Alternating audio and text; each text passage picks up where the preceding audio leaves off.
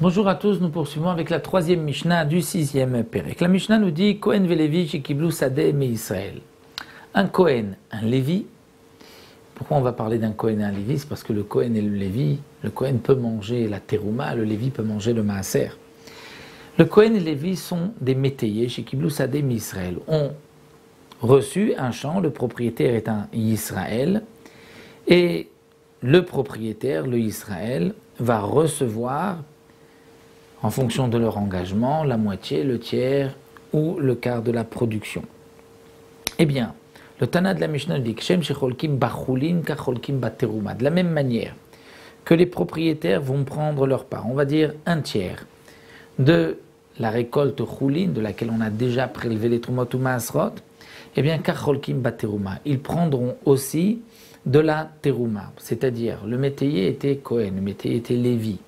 On pourrait dire que le Kohen gardera la terouma et le Israël prendra donc la partie choulin et la terouma, il la laissera au Kohen qui est le métayer. Bien non, le Israël propriétaire a le droit de prendre la terouma ou le maaser de sa part et de donner à n'importe quel Kohen, à celui que lui voudra. Donc le Tana de la Mishnah nous parle donc du cas suivant. Le Kohen et le Lévi sont les métayers d'un champ d'un Israël.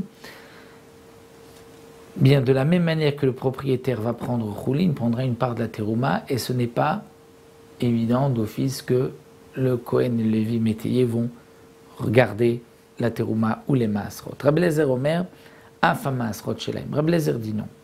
Les maasrot appartiennent au Kohen ou au Lévi, c'est-à-dire que si le Kohen est le métayer, il recevra toute la terouma, donc même la terouma que le propriétaire doit donner, il se devra de la donner à ce Kohen. Le Lévi, qui est métayer, il peut recevoir le maaser, bien même là, le maaser que le propriétaire doit donner, il le laissera au Lévi. Pourquoi? Chez Almenatken Baou, c'est à cette condition que le Kohen ou le Lévi ont accepté d'être haris, d'être un métayer, afin de recevoir un peu plus, de recevoir la terouma ou le maaser que eux-mêmes peuvent prendre. Donc, à l'inverse de la première Mishnah, nous avons vu que celui qui est le métayer d'un Israël, lorsqu'il va donner la part au propriétaire, il lui donne une part avant de prélever Trumot ou Maasrot, et le propriétaire prélèvera Trumot ou Maasrot et le donnera bien sûr